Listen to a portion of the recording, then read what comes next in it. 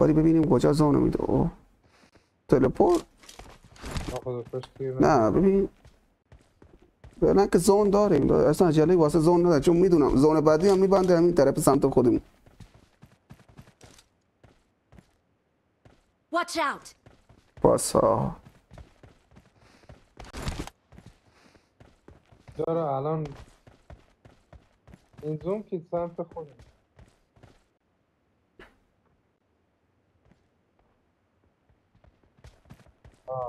زوم بعدی نزدیک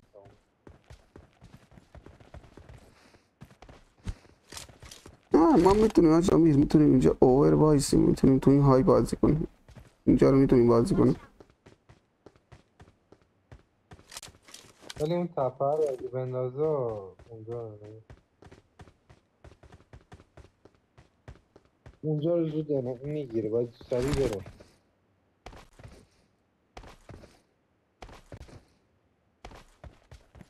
Watch out. شارتان داشتم اون ساعت میندازی جلو اونه میندازی واسه توفن.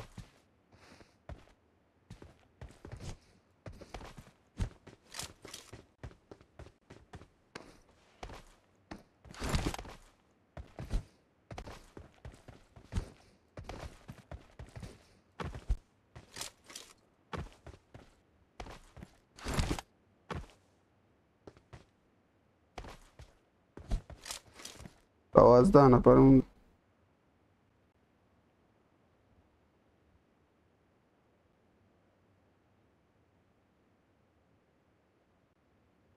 پینگ چرا گیریه سایه با چی استارت کردیم چی؟ بابا وایرگارد نزن دهنست وایرگارد میزنی بعد مچه کیری تر میشه نزن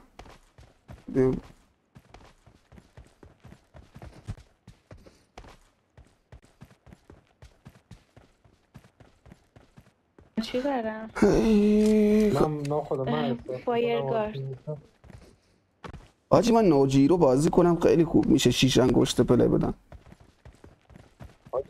آجی من وقت استاد میکنم پینگم میاد 56. خب دست بعدی میدیم شما استارت. هم نباید فایرگارد بزنی.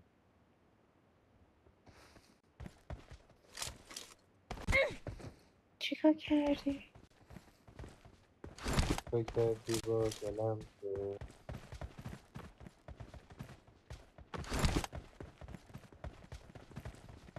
پشت اومده باش پس ماشین رو دارم اوکی.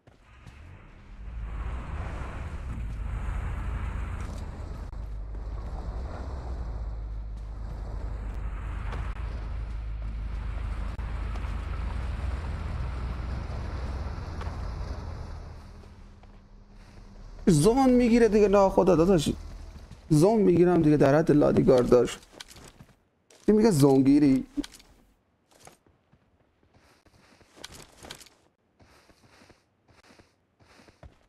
37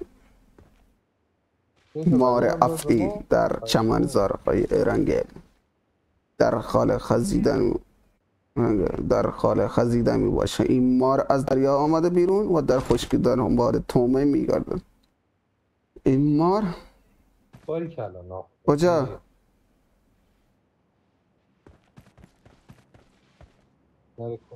دیدی تو اونجا نمیدیدی سایه؟